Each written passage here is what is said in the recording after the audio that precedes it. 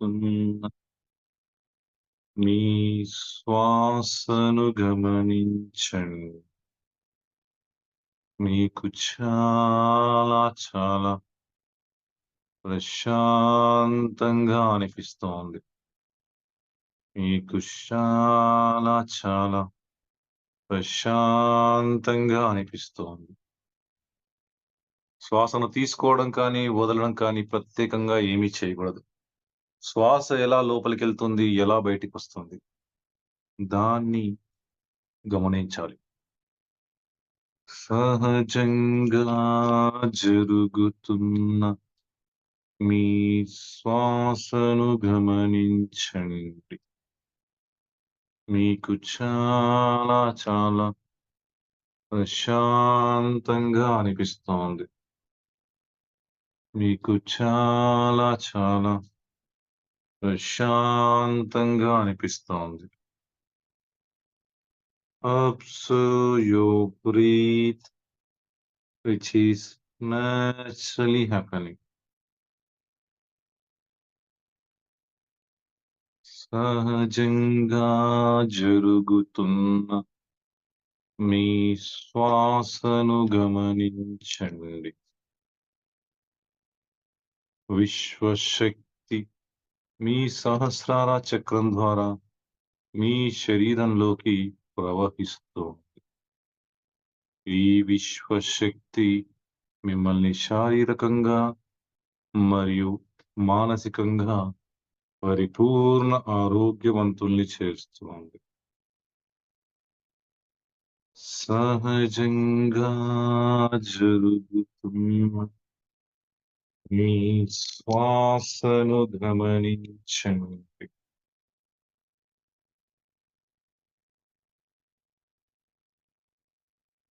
మీకు చాలా చాలా ప్రశాంతంగా అనిపిస్తుంది. మీకు చాలా చాలా ప్రశాంతంగా అనిపిస్తోంది.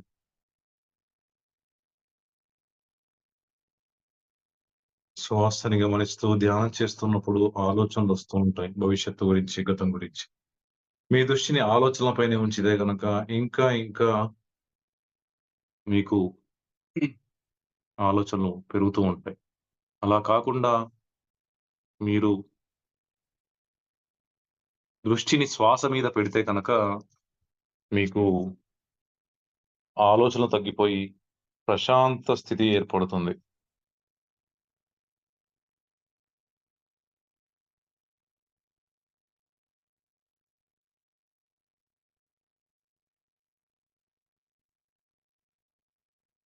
Observe your breath, which is naturally happening.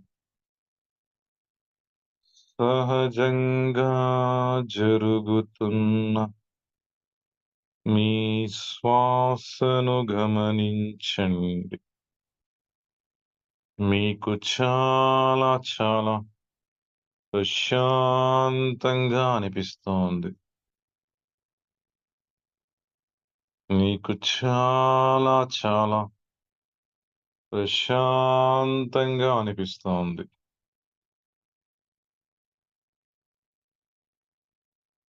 సహజంగా జరుగుతున్న మీ శ్వాసను గమనించండి. మీకు చాలా చాలా ప్రశాంతంగా అనిపిస్తోంది.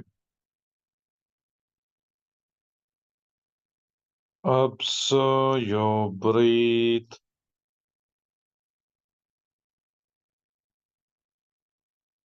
which is naturally happening.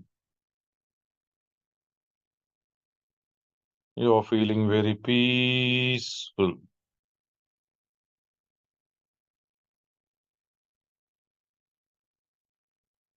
You're enjoying the meditation. Observe your breath, which is naturally happening. శ్వాసను తీసుకోవడం కానీ, వదలడం కానీ ప్రత్యేకంగా ఏమీ చేయకూడదు. శ్వాస ఎలా లోపలికెళ్తుంది? ఎలా బయటికొస్తుంది? దాన్ని గమనించాలి. శ్వాసని గమనిస్తూ ధ్యానం చేస్తున్నప్పుడు రంగులు కనిపిస్తాయి. నలుపు రంగు, బూడిద రంగు కాకుండా మీకు వేరే ఏ రంగు కనిపించినా లోపలికి ఆహ్వానించండి.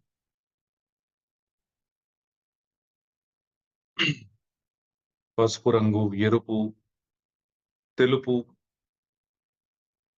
ఆకుపచ్చ అలా అలాంటి రంగులు కనిపించినప్పుడు లోపలికి ఆహ్వానించండి.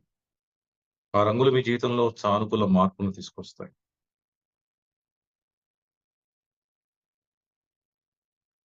సహజంగా జరుగుతున్న మీ శ్వాసను గమనించండి.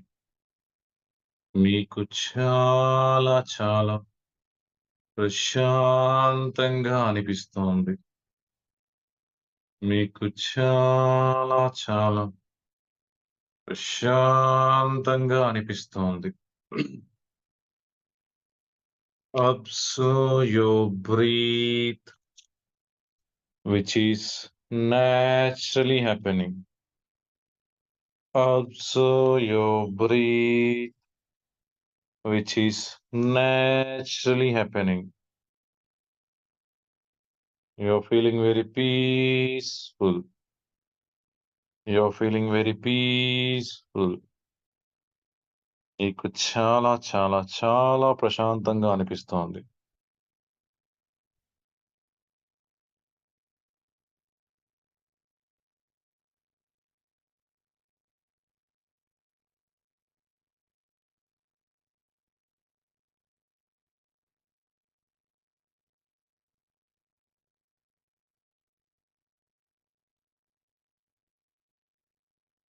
సహజంగా జరుగుతున్న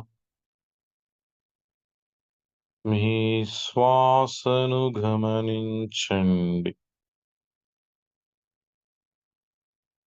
మీకు చాలా చాలా ప్రశాంతంగా అనిపిస్తోంది.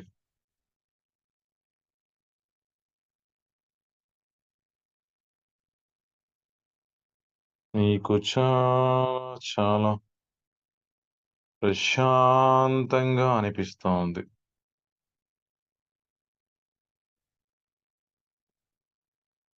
You are feeling very peaceful. శ్వాసని గమనిస్తూ ధ్యానం చేస్తున్నప్పుడు వ్యక్తులు కనిపిస్తారు. దేవుళ్ళు కనిపిస్తారు.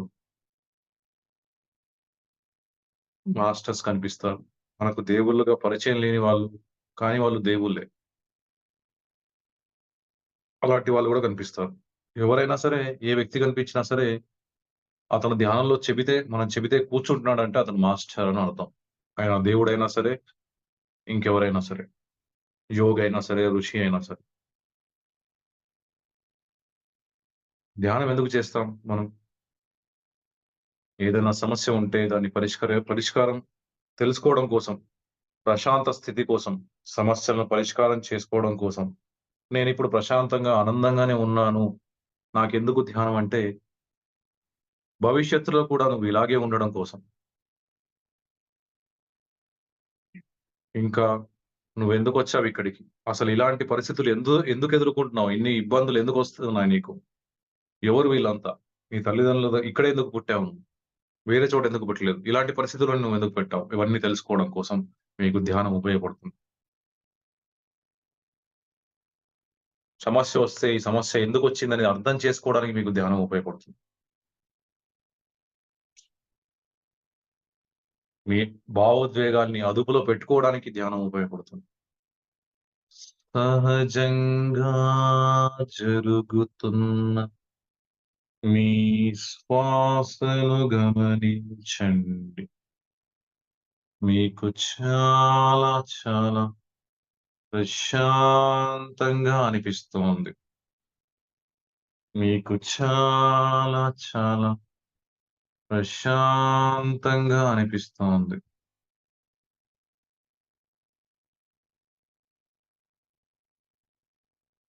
మెల్లిగా చేతులు విడదీసి కళ్ళపైన పెట్టుకొని కళ్ళు మూస్తూ, తెరుస్తూ, చేతులు చూస్తూ ధ్యానం నుంచి బయటికి రా.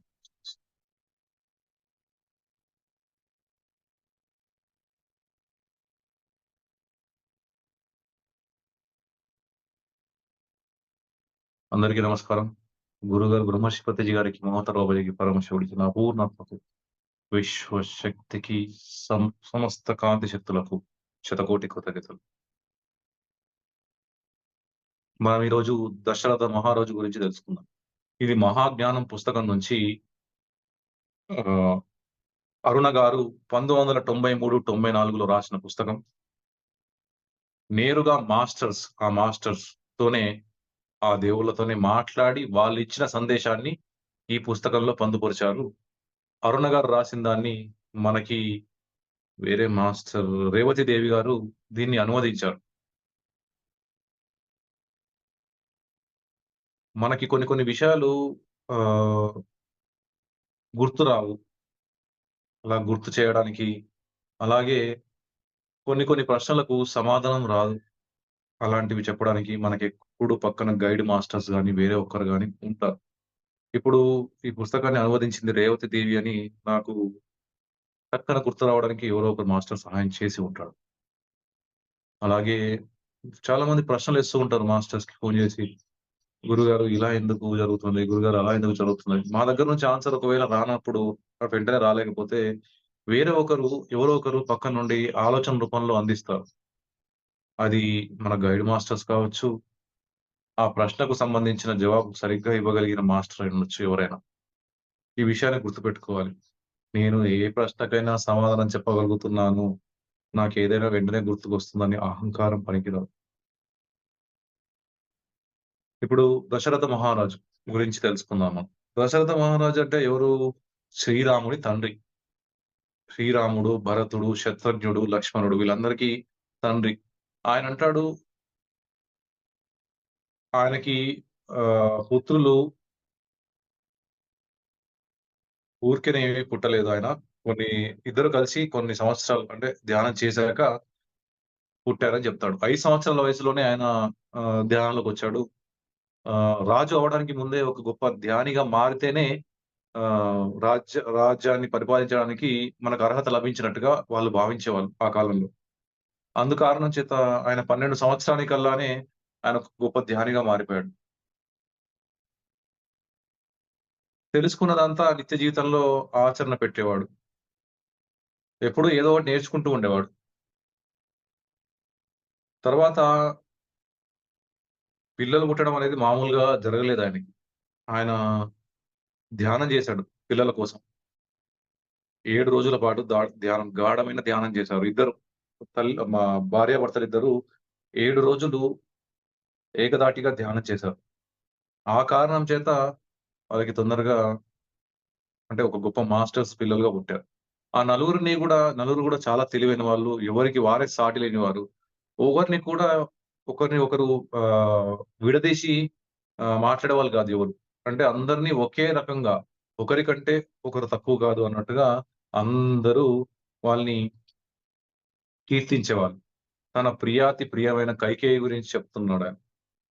అడవికి వెళ్ళాలని తన కొడుకు సింహాసనం ఎక్కాలని పట్టుబట్టే వరకు ఆయనకు తెలీదు ఇలా జరుగుతుందా. పట్టుబట్టే వరకు ఆయనేమనుకున్నాడు, నా పెద్ద కొడుకు రాముడే పరిపాలిస్తాడు అని జెప్పి. కానీ అది విన్నాక ఆశ్చర్యానికి లోనయ్యాడాయన. సాంప్రదాయంగా ఆలోచించే ప్రతి తండ్రిలాగానే ఆయనేం జెప్తున్నాడు, పెద్ద కొడుకంటే అందరికి ఇష్టం గాబట్టి నాకు అంతే ఇష్టం. పెద్ద కొడుకే ఆహ్, రాజ్యాన్ని పరిపాలిస్తాడని, ఉద్ధరిస్తాడని ఆహ్, అదే భావనతో ఉండేవాడు. దశరథుడు ఎంత గొప్ప ధ్యాని అయినా సరే, ఈ అర్థం పర్థం లేని చిన్న విషయాలకు కూడా ఆయన నొచ్చుకున్నాడు. నొచ్చుకొని రాముడు అడవిలోకెళ్ళిపోయినందుకు ఆ బాధని తట్టుకోలేక చనిపోయాడాయన. ఇలాంటి ఇంత గొప్ప ఆయన ఆయన ధ్యాని అయ్యి కూడా ఇలాంటి విషయానికి ఆయన ఎందుకు చనిపోయాడు అని మీకు అనిపించొచ్చు అనంటాడు. ఆయనంటాడు, "దశరథుగా నేను పెద్ద జ్ఞానిని గాదు. అది నిజమే.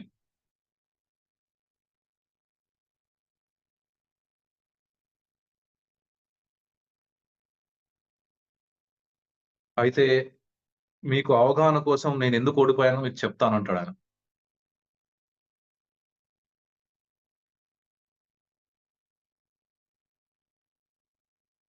అప్పట్లో రాక్షసులుండేవాళ్ళు అక్కడ ఆహ్, వాళ్ళ రాజ్యంలో. అక్కడ ఋషులకు ఎప్పుడు ఇబ్బంది కలిగించేవాళ్ళు. ఋషులు బాగా గొప్పవాళ్ళు, గొప్ప ఋషులుండేవాళ్ళు. దాంతో పాటుగా రాక్షసులు గూడా అంతే ఆహ్, ఎక్కువగా ఉండేవాళ్ళు. ఊకే ఆ ఋషుల్ని, మునుల్ని ఇబ్బంది పెట్టేవాళ్ళు. వాళ్ళ యజ్ఞాలు, ధ్యానం చేసుకోకుండా ఇబ్బంది పెట్టేవాళ్ళు. దానికోసం శ్రీరాముడు అప్పుడప్పుడు అక్కడికి వెళ్లి వాళ్ళనందరిని సంహరిస్తూ వచ్చేవాడు. ఆ కాలంలో ఆ సమయంలో దశరథుడు దాన్ని మన రాజ్యాన్ని పరిపాలించేవాడు. రాముడు మరి తిరిగొచ్చినప్పుడు రాముడు దాన్ని పరిపాలించేవాడు. రెండింటిని అలా బ్యాలెన్స్ చేసుకునేవాళ్ళు. అలా రెండింటిని అలా బ్యాలెన్సు ఆహ్, చేయడం అనేది కరెక్ట్‌గా అయ్యుండకపోవచ్చు కానీ, మంచి లక్షణం అయ్యుండకపోవచ్చు గానీ, కానీ అలా చేయాల్సొచ్చిందంటాడండి. ఆయనంటాడు ఇంకా సరే తన భార్య చెప్పిన దానికి సరే అన్నాడు. అడవులోకి పంపిస్తా అన్నాడు. కానీ ధ్యానం చేసి ఇంత గొప్పగా జ్ఞాని అయినా గూడా ఆయన బంధంలో ఇరుక్కుపోయాడు. రాముడు అడవిలోకెళ్ళాలని విన్నాక ఆయనకు క్షణమైన ఆలోచన లేదు. ఆయన వెళ్లి అడవుల్లో అంటే ఆయన్ని విడిచిపెట్టి రాలేదు. అలా విడిచిపెట్టి వచ్చుంటే సీత తప్పిపోయినప్పుడు అంటే సీత కనబడకుండా పోయినప్పుడు దశరథుడు ఏమైనా సహాయం చేయగలిగేవాడు. అలా విడిచిపెట్టి రాలేదు. తన గురించే చాలా బాధపడుతూ అతని కోసమే ఆయన బతుకుతున్నట్టుగా ఎంతో ప్రేమ, అభిమానం పెంచుకున్నాడు గాబట్టి, ఆయన పట్ల, రాముడి పట్ల చాలా బాధపడుతూ కుమిలిపోతూ చనిపోయాడు. ఈ దీని నుంచి నేను నేర్చుకున్న పాఠం ఏంటంటే, నువ్వు ఎవరి కోసం బ్రతకొద్దు. కేవలం నీ కోసమే నువ్వు బ్రతుకు అని చెప్తున్నాడాయన. నువ్వు ఎవరి కోసం బతకాల్సిన పని లేదు. కేవలం నీ కోసమే నువ్వు బ్రతుకు. నాకు కొన్నాళ్ళ క్రితమే వచ్చిన మెసేజ్ గూడా ఇదే. ఏంటంటే, మీరు నాది అనే భావన ఎప్పుడు ఉండకూడదనేది వాలి సుగ్రీవుడి దగ్గర నుంచి నేర్చుకున్నాడు. అది మీరు సరిగ్గా గమనించారో లేదో ఆ పుస్తకంలో మళ్ళీ చదవండి. అక్కడే అప్పుడే అనిపించింది. నేను కూడా ఇప్పుడు కొన్ని కారణాల చేత ఒక్కడినే ఉంటున్నా. అయితే ఎప్పుడన్నా ఎవరిదన్నా సపోర్ట్ లభించకపోతే వచ్చేటప్పుడు ఇంట్లో వాళ్ళ సపోర్ట్ లభించకపోతే ఒకటే నేర్చుకున్నా. వచ్చేటప్పుడు ఒక్కడినే వచ్చాను. పోయేటప్పుడు ఒక్కడినే పోతాను. మధ్యలోనేగా వీళ్ళంతా. మధ్యలో వీళ్ళు నేర్పిచ్చారు. బతకడం అంతా నేర్పిచ్చారు. మీకైనా, నాకైనా ఎవరికైనా. అంతా నేర్పిచ్చారు. ఎలా ఉండాలో ఇయన్నీ నేర్పిచ్చారు. నేర్చుకున్నాం. బయటికొచ్చేయాలి. ఆ బంధాన్ని పట్టుకొని అలాగే ఉండకూడదు. ఇతను నా తమ్ముడు, ఇతను నా అన్న, ఈమె నా అమ్మ. మన బాధ్యతల్ని మనం నిర్వర్తించాలి కానీ, ఆ బంధంలో ఇరుక్కుపోకూడదు అని నాకర్థమైంది. ఈ మధ్యన మా మామయ్య ఒకాయన చనిపోయాడు. మా అన్నయ్య వాళ్ళ అంటే వదిన వాళ్ళ తండ్రి. మా అన్నయ్య వాళ్ళ మామయ్య అయితాడు. మా అత్తమ్మ అంతకుముందుకు చెబితే ధ్యానం చేసేది. ఆహ్, ఇప్పుడు అంటే అప్పుడప్పుడు చేస్తూ ఉన్నదనుకుంటా బహుశా. అక్కడికెళ్ళి మాట్లాడాక నాకు అర్థమైపోయింది విషయం. అంటే తనకి చెప్పాలనిపించింది. ఏంటంటే, నీ భర్త అయినా, నీ పిల్లలైనా, నీ తల్లిదండ్రులైనా, ఎవరైనా నీ తోబుట్టువులైనా సరే నీతో రారు. మీరిద్దరు గొప్ప ధ్యానులయ్యి, మీరు నిర్ణయించుకుంటే ఒకేసారి చచ్చిపోవాలని నిర్ణయించుకుంటే తప్ప, మిగతా అన్ని సందర్భాల్లో, అన్ని సమయాల్లో ఎవరికి వారే. ఎలా ఒంటరిగా పుట్టారో అలా ఒంటరిగానే వెళ్ళిపోతారు. ఆ విషయాన్ని గుర్తుపెట్టుకొని ఎవరి కోసమో బతకడం కాకుండా మీకోసం మీరు బతకండి. ఈ జీవితం మీకోసం. మీరొచ్చింది మీ గురించే వచ్చారు ఈ భూమి మీదకి. ఎవరి గురించి రాలేదు. మీ గురించి మీరు నేర్చుకోవడానికొచ్చారు. మీరొక కొత్త విషయాలు నేర్చుకోవడానికొచ్చారు. అందరి దగ్గర నుంచి పాఠాల్ని నేర్చుకోండి. సూక్ష్మ లోకాల్లోకి వెళ్ళండి. సూక్ష్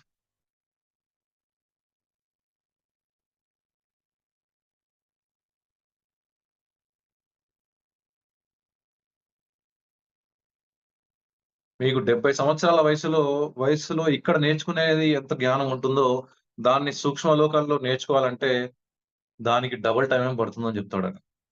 సూక్ష్మ లోకాల్లో ఇంకా కష్టం నేర్చుకోవడం కోసం మీరు 100 సంవత్సరాల్లో ఇక్కడ నేర్చుకున్న పాఠం సూక్ష్మ లోకాల్లో అంటే చచ్చిపోయాక అక్కడ నేర్చుకోవాలనుకుంటే 200 సంవత్సరాలు పడుతుందంటాడాయన.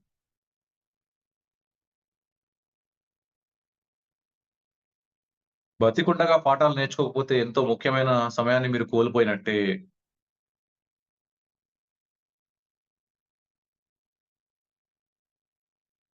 చచ్చిపోయాక మీరు బాగుపడతారు. మీరు ఎదుగుతారు జ్ఞానపొరదిగా అనేది నిజమే. కానీ దానికి చాలా ఎక్కువ సమయం పడుతుంది.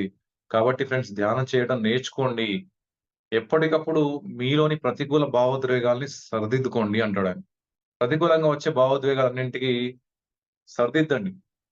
ఆయన మీకు ఎవరిని గురువుగా చెప్తున్నాడు? మీ మీ అంతర్దృష్టినే మీ గురువుగా భావించి ధ్యానం చేయండి అని చెప్తాడాయన. మీ లోపాల గురించి, మీ పురోగతి గురించి అన్నీ నేర్చుకోండి. మీ లోపాలేమున్నాయసలు? ఫస్ట్ మన గురించి మనం తెలుసుకోవాలి. ఎదుటి వాళ్ళని బాగా లోపాలు చూపిస్తుంటావు. నీలో అది లేదు. నువ్వు అలా ఉన్నావు, ఇలా ఉన్నావు అని చెప్పి. అసలు మన లోపాలేంటో తెలుసుకుంటే మనం సరి చేసుకోవచ్చు కదా! ఎదుటి వాళ్ళ లోపాలని ఎత్తి చూపడం వల్ల మనకొచ్చేదేంటి? మన లోపాల్ని మనం సరి చేసుకుంటే మనం ఇంకా ఉన్నతంగా ఎదుగుతాం.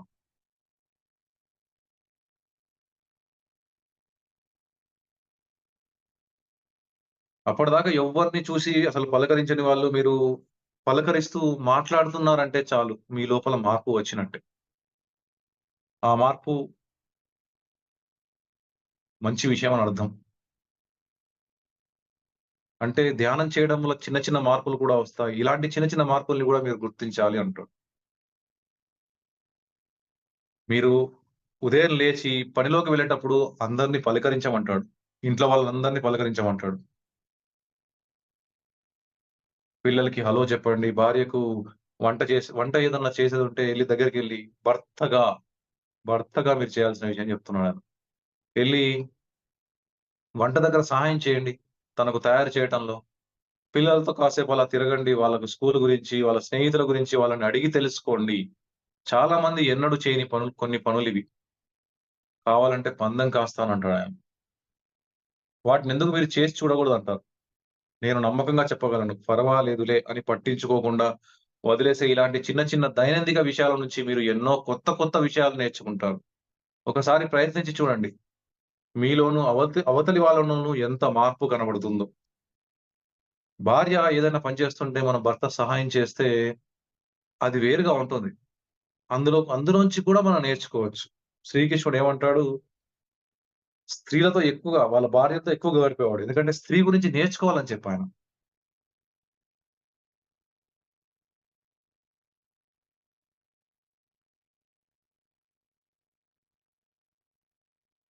మీ అవగాహన, ఎరుక పెంచడానికి ఇవి సహాయపడతాయి అంటాడాయన. నిన్ను నువ్వు అర్థం చేసుకోవటం, ఇతరులను అర్థం చేసుకోవటమే నేను జ్ఞానం అంటానంటాడు. జ్ఞానం అంటే ఏంటి ఆయన దృష్టిలో?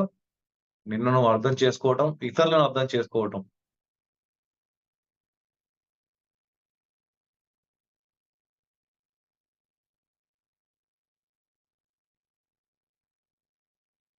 కాబట్టి మీరు జ్ఞానాన్ని నేర్చుకోవడానికి దశరథుడు చేసిన చిన్న చిన్న పొరపాట్లు ఆయన జీవితమే మీకొక సూచనగా తీసుకోవచ్చు మీరు. ఆయన ఇప్పటిదాకా చెప్పింది జ్ఞానం గురించి. మరొక ముఖ్య విషయం ఏంటంటే, భర్తగా మగవాడి జీవితం ఎలా ఉంటుందని.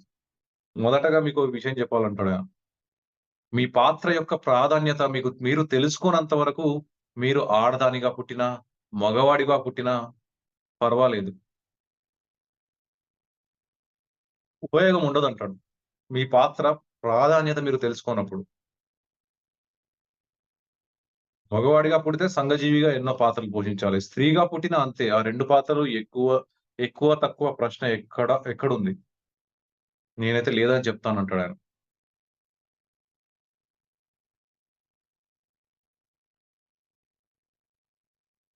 మగవాడైతే తండ్రిగా, భర్తగా ఎన్నో సవాళ్లు ఎదుర్కోవాలని ఆయన చెప్తాడు. ఇక్కడే మగవాడికి పని ఎక్కువగా ఉంటుందట.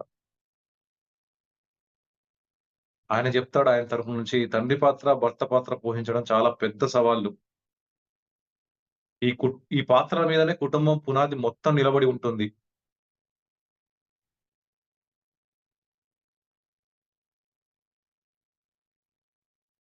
అసలు మీరు తండ్రిగా మీ లోపల ఆత్మవిశ్వాసం లేకపోతే, మీరు మీ పిల్లల లోపల గూడా మీరు ఆత్మవిశ్వాసాన్ని నింపలేరు.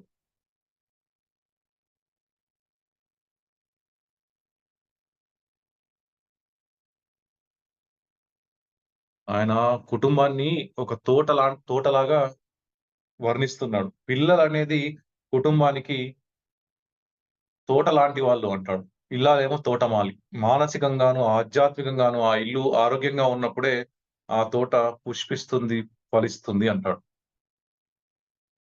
ఇంటి ఇల్లాలికి భర్త నుంచి లభించే ప్రేమ, ఆప్యాయతలను బట్టి ఆ కుటుంబం వర్ధిల్లుతుంది.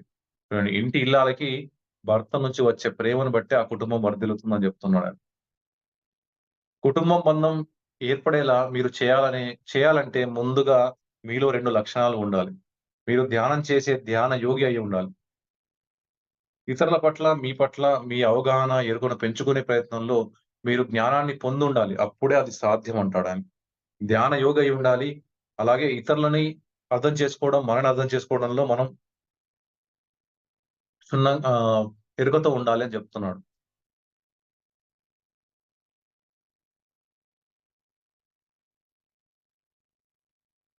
కుటుంబ బంధం అనేది ఏర్పడితే గాని అవతలి వాళ్ళ భావాలు మనకు అర్థం కావని చెప్తున్నాడాయన.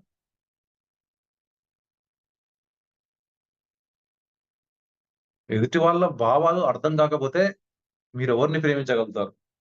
కనీసం మిమ్మల్ని మీరు గూడా ప్రేమించలేరు అంటున్నాడు. అప్పుడే మీకు జీవితానికి అర్థం లేదనిపిస్తుంది. మనల్ని మనం ప్రేమించుకోకుండా అలా, అలా జీవితాన్ని గడిపేస్తూ ఉంటాం. ఒకవేళ మనని మనం అర్థం చేసుకోగలిగితే, ఎదుటి వాళ్ళ భావాలను అర్థం చేసుకోగలిగితే, ఇతరులను ప్రేమిస్తూ, మనని మనం ప్రేమించుకుంటూ ఆనందంగా ఉండగలుగుతాం అంటారు ఆయన.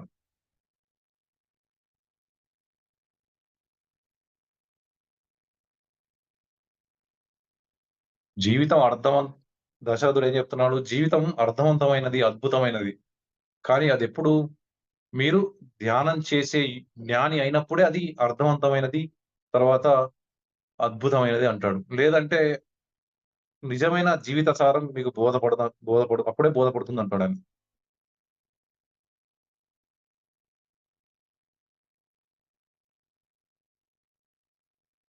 ఒక జ్ఞానం ఒక్కటే చేస్తే సరిపోదు. మీ జ్ఞానాన్ని పెంచుకోవడానికి మీరు కష్టపడాలి.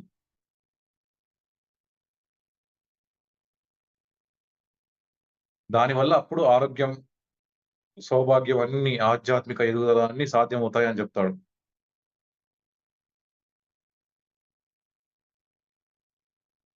శ్రద్ధగా ప్రయత్నిస్తే జ్ఞానులు, మహనీయులు కావటం అనేది చాలా తేలిగ్గా, సరదాగా సాధించదగిన జీవితాశయం. కనుక ఫ్రెండ్స్, జ్ఞానులు కావాలనే ఆశయాన్ని పెట్టుకోండి. ఆయనేమో ప్రస్తుతం కారణలోకంలో ఉన్నాడంట. భూకక్ష మార్పుకు సంబంధించి ఫలానా పని చేయాలంటూ ఏది ఇంకా నేను అనుకోలేదు. ఓహ్! ఓహ్! రాముడికి జన్మనిచ్చినందుకే అనుకుంటా. లేదంటే ఆయన చేసిన మిస్టేక్‌ని కనుక్కొని, ధ్యానం బాగా చేసి ఉన్నతంగా ఎదిగాడో తెలీదు గానీ, కారణలోకంలో ఉన్నాడంట. కారణలోకం అనేది గొప్పది. ఆ కారణలోకం పైనే మహాకారణ లోకం ఉంది.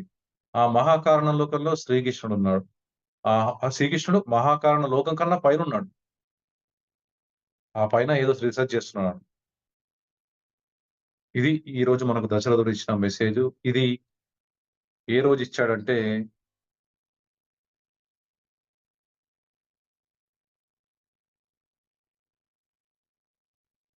ఆగస్టు 17, 1994 ఉదయం 10:30 గంటలకు ఇచ్చాడు. గంట లోపల అయిపోయింది అది వెంటనే. 11:30 వరకు ముగిసిపోయింది సమాచారం. ఆయనిచ్చిన మెసేజ్. అయితే శ్రీకృష్ణుడి గురించి నాకు గుర్తు రాలేదు. ఇవాళ గుర్తొచ్చిన విషయం ఒకటి ఏమంటే, నేను మొదట అంతులేని ఆనందం, అంతులేని ప్రశాంతత అని క్లాస్ మొదలుపెట్టినప్పుడు, హృదయం ప్రక్రియ మొదటిసారి అందరి చేత ఒక వర్క్‌షాప్ లాగా చేయించినప్పుడు, ఆ వర్క్‌షాప్ జరుగుతున్నప్పుడు ఆహ్, నాకు అది కలలో పడుకున్నప్పుడు ఎప్పుడో ఒక విజన్ లాగా వచ్చింది. అది ఏమంటే శ్రీకృష్ణుడు నేను రథం మీద కూర్చొనున్నాను. ఆ క్లాస్ జరుగుతున్నప్పుడు. క్లాస్‌లు జరుగుతున్నాయి. ఆ వర్క్‌షాపు. నేను రథం మీద కూర్చొనున్నాను. రథం పోతోంది. రథాన్ని ఎవరో నడుపుతున్నారు. శ్రీకృష్ణుడు నాకు గొడుగు పట్టుకొనున్నాడు.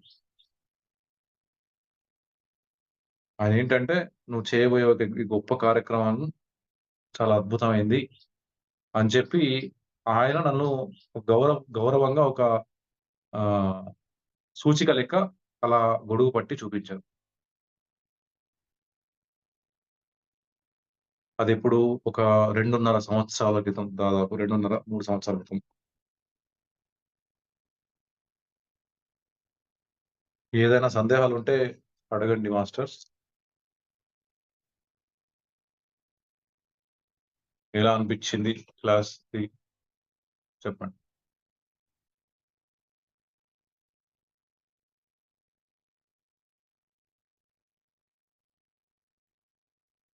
అయితే నాకైతే ఒక విషయం అర్థమైందేందంటే, పుస్తకాన్ని ఊరికేనే మొత్తం సమ్మరీ తీసుకొని చెప్పేదానికన్నా గూడా ఇలా చెబితేనే ఇంకా లోతుగా మీకు నేను చెప్పగలుగుతున్నాను. నేను గూడా లోతుగా తెలుసుకోగలుగుతున్నానని అర్థమైంది.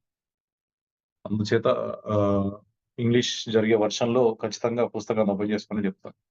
ఎందుకంటే చిన్న చిన్న పాయింట్లు అసలు దశరథ మహారాజుది నిన్న శ్రీకృష్ణుడిది నేను చదివాను గానీ 3 సార్లు చదివాను అప్పటికే. కానీ నిన్న చదివినప్పుడు 2, 3 పాయింట్లు నాకు తెలిసాయి. దశరథుడిది గూడా 2, 3 సార్లు చదివాను. ఈరోజు ఇప్పుడు క్లాస్‌లో చెప్తున్నప్పుడు గూడా నాకు కొన్ని పాయింట్లు చాలా లోతుగా అర్థమయ్యాయి.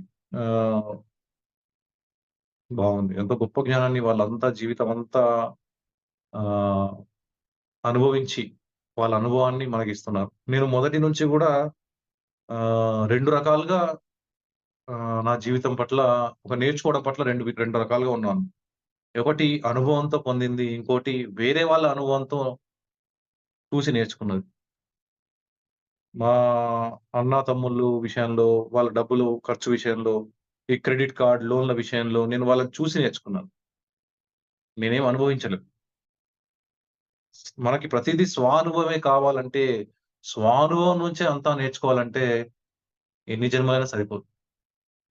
కాబట్టి ఇతరుల నుంచి నేర్చుకోవడానికి సిద్ధంగా ఉండండి. వాళ్ళని ఏలువెత్తి చూపించడకుండా వాళ్ళ నుంచి మనం ఏం నేర్చుకోవాలి అనేది బాగా గుర్తుపెట్టుకోవాలి. మన లోపాల్ని మనం సరిచేసుకుంటే అప్పుడు ఖచ్చితంగా మనం ఉన్నతంగా ఎదుగుతాం. ఏమన్నా మాట్లాడాలంటే మాట్లాడండి. లేదంటే క్లాస్ మనం క్లోజ్ చేద్దాం.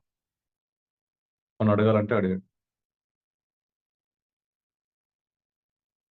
Okay masters. మీ విలువైన సమయాన్ని కేటాయించి మీరంతా శ్రద్ధగా ఈ కార్యక్రమానికి హాజరైనందుకు మీ అందరికీ నాకు హృదయపూర్వక కృతజ్ఞతలు. మళ్ళీ కలుద్దాం. కాళీ మాత క్లాస్‌లో.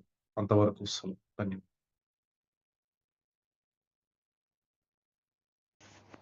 ఈ వీడియో మీకు నచ్చినట్టయితే లైక్ చేయండి, అందరికీ షేర్ చేయండి. మరిన్ని వీడియోస్ కోసం ఈ ఛానల్ని సబ్స్క్రైబ్ చేసుకోండి. మరిన్ని అప్డేట్స్ కోసం బెల్ ఐకాన్ పై నొక్కండి. Thank you.